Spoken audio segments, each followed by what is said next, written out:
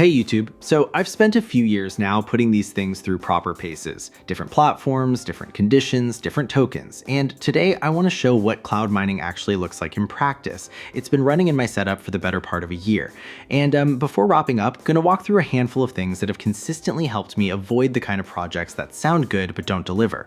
So configuration is the first stop, and it's not just about picking settings, it's about reading how the platform was put together.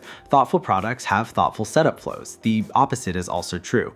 So first thing is token selection.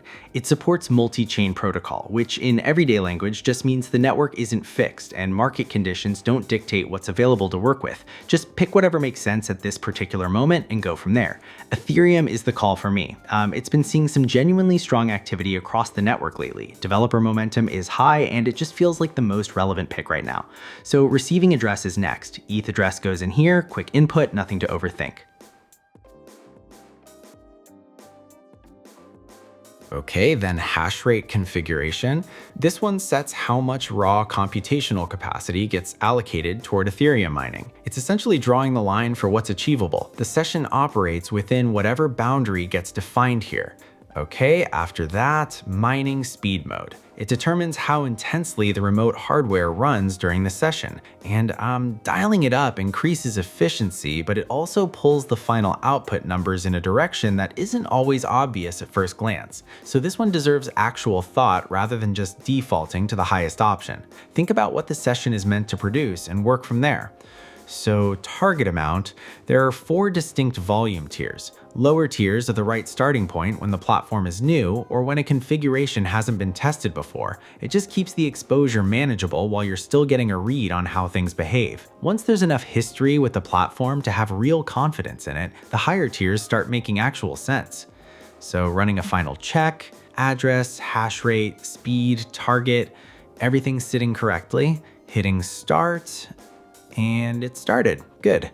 Now we just give it a few minutes and watch the session work. Numbers are moving, load is up, output is coming through, just letting it run and seeing what it produces.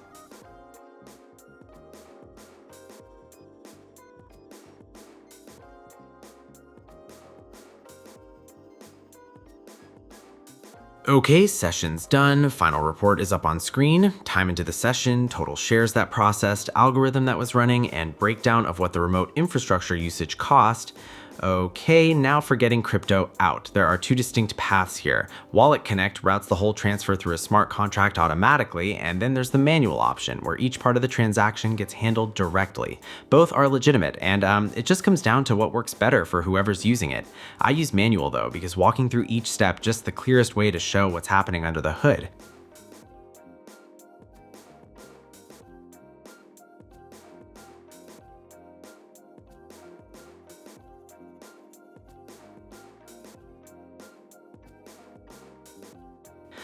Okay, that's done, so verification and arrival should happen within a few seconds. So while we wait, the thing that I keep coming back to about cloud mining in 2026 is how much the practical reality has shifted. Running physical mining hardware used to feel like the only serious option. Own the equipment, manage the power draw, handle everything that breaks. And that approach still exists, but the overhead that comes with it just keeps getting harder to justify. Hardware isn't cheap, electricity costs are a real ongoing factor, and keeping a rig running properly over time is a genuine time commitment. Cloud mining sidesteps all of that completely. Remote infrastructure handles the computation, output goes straight to the wallet, and the user side of the equation stays clean.